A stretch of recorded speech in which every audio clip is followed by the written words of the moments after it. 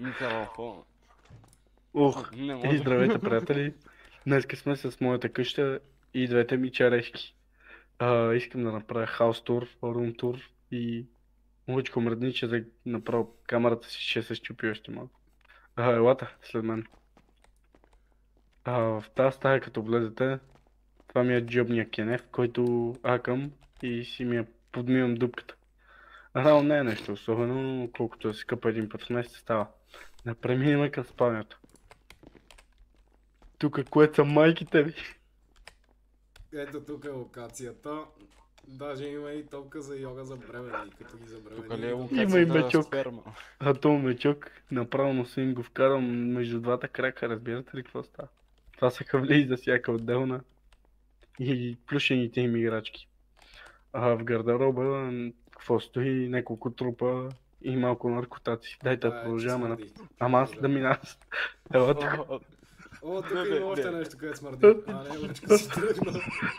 Извинете, това е бързли с психически отклонения. Това е просто част от интериора. Това е част от интериора. Това е част от интериора. Да преминаваме. Да преминаваме. Мама, какво правят тук, бе? Тихо, изчакайте ни малко, изчакайте малко. Излизайте. Той ги изгони? Не. Ехо. Какво ста? Снимам. Давайте, излизайте.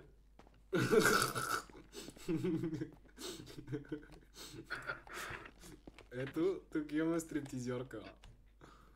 Баджу, пам. И... Стриптиз, за нашия шоупиз. звук. Продължаваме напред, давай да продължаваме. Давайте, елата напред. Тук има някакви наркомани. Те са много надръсани, заклевам се. Става така. Ето тук си гледам детското порно. Да, На майките ви. Да, На майките ви, да. Да, на майките ви. Да. Тук това е джобното ми гадже, Калина Петрова. Нищо е по-висока от него. А тук си готвим с брат ми сопа. Хладилник. Покажи хладилника. Нещо хърца ли, нещо му става. Его е баща ни и майка ни. Тук са били щастливи деца. Не, няма. Ето го момчето! Що няма нищо за ядене, бе? Няма нищо за ядене и за пиене, бе? Ядене го, мама не е, бе! Ядене за пиене, бе?